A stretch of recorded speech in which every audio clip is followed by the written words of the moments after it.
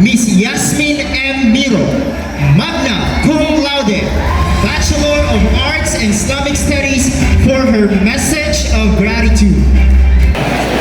أعوذ بالله من الشيطان الرجيم. بسم الله الرحمن الرحيم. سبحانك لا علم لنا إلا ما علمتنا إنك أنت العليم الحكيم.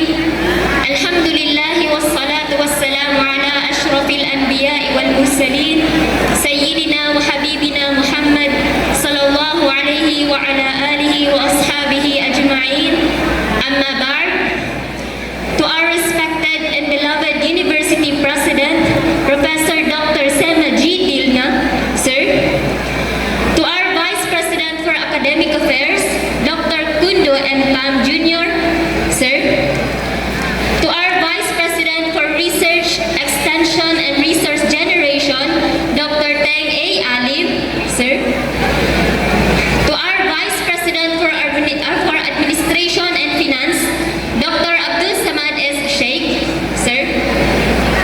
To our honorable members of Board of Regents, to our esteemed guest speaker, Honorable Romel Patrick E. Tanghal, OIC Regional Director of Department of Economy, Planning and Development, Saxarjan Region, to our respected college deans, directors, faculty members, staff, other guests, beloved parents and families, and my dear fellow graduates.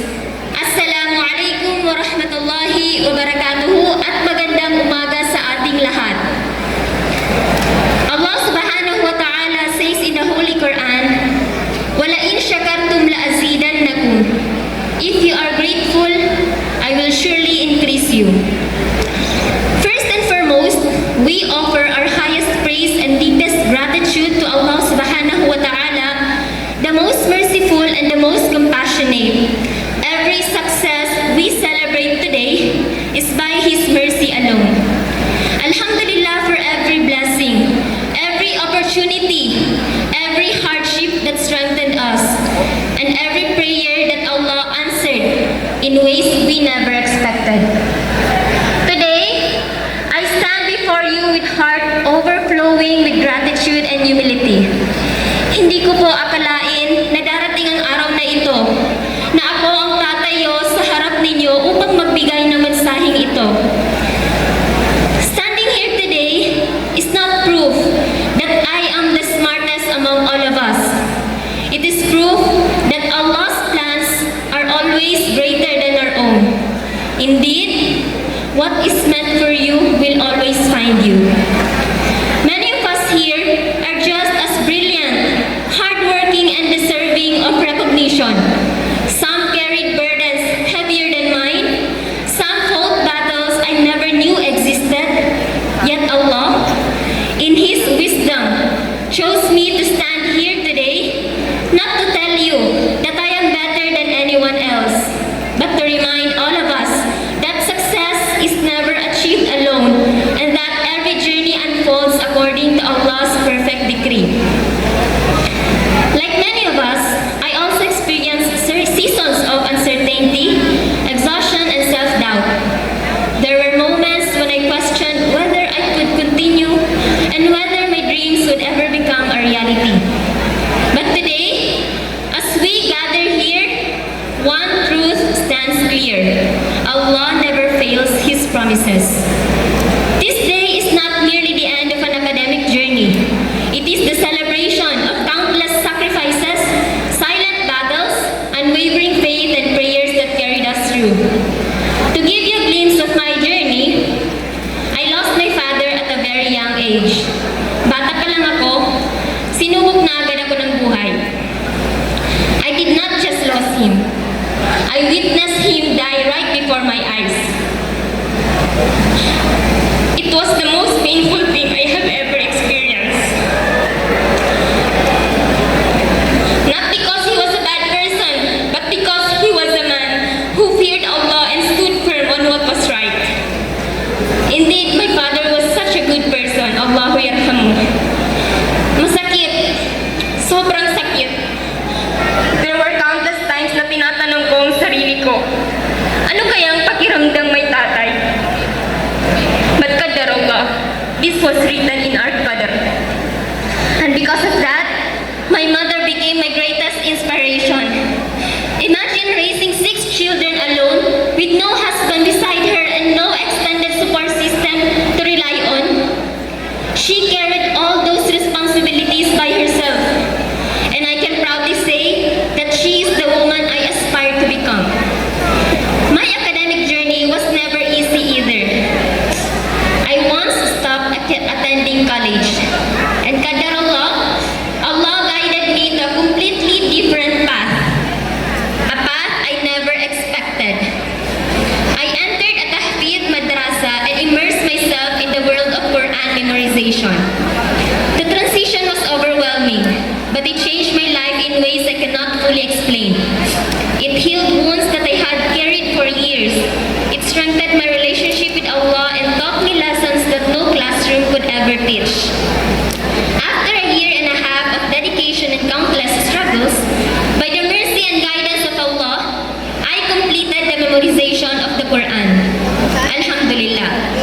It remains one of the greatest achievements and the most beautiful memory of my life. After I finished there, I still carried a dream in my heart to earn a bachelor's degree. At that time, I was torn between continuing my Arabic studies and pursuing college. Eventually, I chose to continue studying and enrolled in BS Biology. I enjoyed my time there. However, after just one semester, an opportunity to work abroad came. The requirement was a Kulliyah degree, so my mother encouraged me to enroll in Kulliyah. But the condition was that I would have to stop my secular studies. And so, I made another difficult decision. I left BS Biology, said goodbye to my friends and classmates, and informed our program head. But then, on the last day of enrollment, something suddenly came to my mind. I remembered that there were night classes available. I immediately asked a friend from Islamic Studies if they had evening classes. When she said yes, parang may nagting sa isip ko. What if pagsabayin ko kaya? I shared the idea with my Umi and Alhamdulillah, she agreed. I rushed to enroll in Islamic Studies, but unfortunately, I was told that all the slots were already full. I felt disappointed, but I continued trying. And by the will of Allah, a slot became available. And I was accepted in a program that eventually became my home.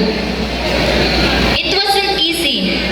Imagine juggling secular education and Arabic studies at the same time. But because I was determined to finish both, I persevered. I even enrolled in Lugha Arabia, or what we commonly call Shukba. And Alhamdulillah, I graduated there with honors. At the same time, I was also working as a Quran teacher in a tahfidh madrasa during weekends. Looking back, parang ayoko talagang may nasasayang na oras. Aral, trabaho, that became my daily routine. It was exhausting, but Alhamdulillah, Allah sustained me through it all. Then in the middle of all the busyness, Allah opened another beautiful chapter in my life, marriage. And honestly, it was one of the greatest blessings Allah gave me. Soon after, another blessing arrived, pregnancy. Once again, I was faced with a difficult choice. I had to balance my secular studies and my Arabic studies. Unfortunately, my Arabic classes were scheduled in the mornings. And as many mothers know, morning sickness does not care about your schedule. So, with a heavy heart, I had to let go of my Kulliyah studies. Before I could even process everything, I gave birth just 2 days after our proposal defense during my 3rd year in college. To make things even more challenging, I was diagnosed with dengue and had to undergo a cesarean section. Life was hard. There were moments when I questioned whether I could still continue. But through the mercy of Allah and the support system He blessed me with, I kept going. 2 months after giving birth, I returned to school as a student teacher. One of the hardest things I had to do was leave my little one behind me while fulfilling my responsibilities. As a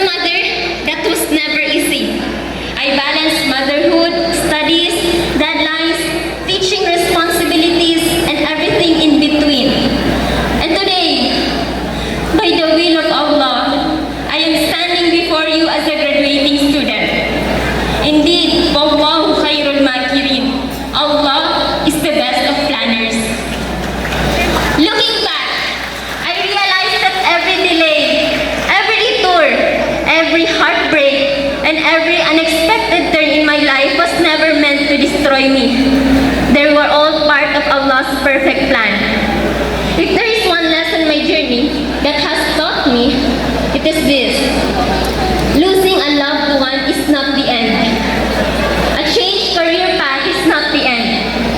A temporary stop in your studies is not the end. Marriage is not the end. Motherhood is not the end. Failure is not the end. And challenges are not the end. Sometimes we think that when our plans fall apart, our future is falling apart too. But often, Allah is simply rewriting our story in a way that is better than what we imagined. There were moments in my life when I could not understand why certain doors closed. But looking back today, I realized that every closed door led me to a better one. Indeed, Allah never fails His promises.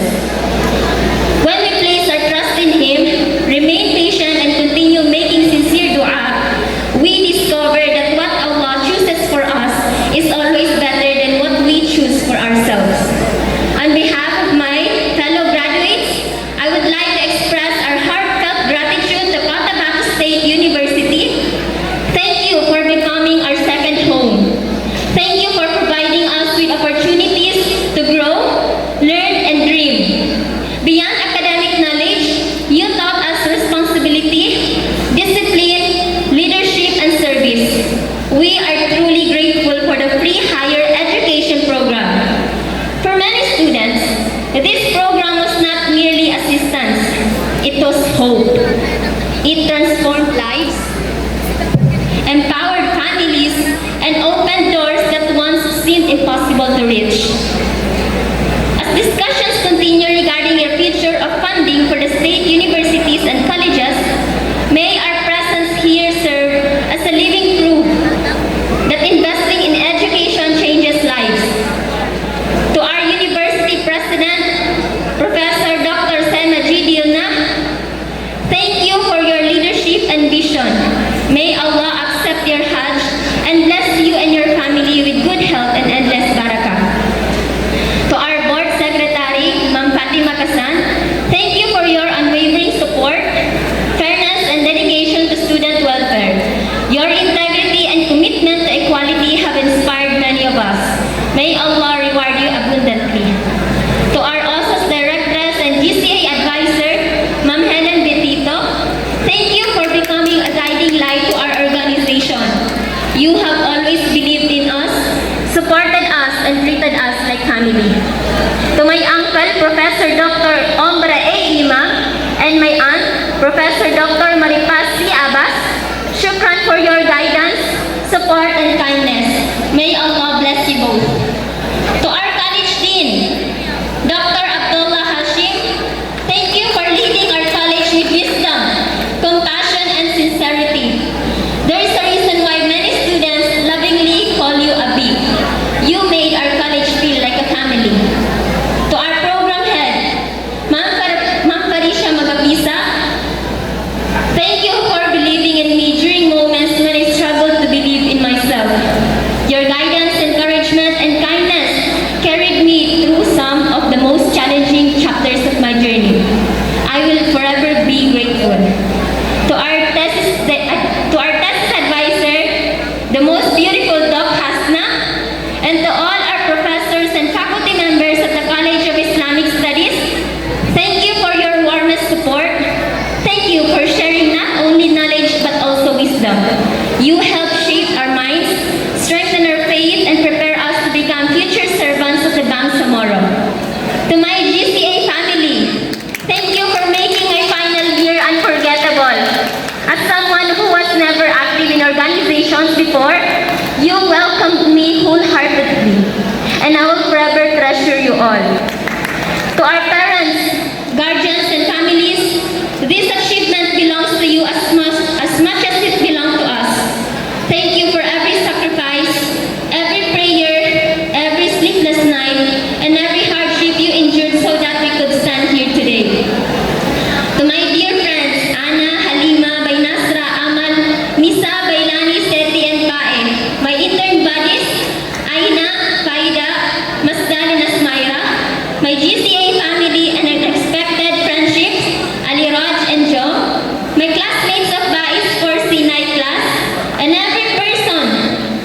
who became part of my journey.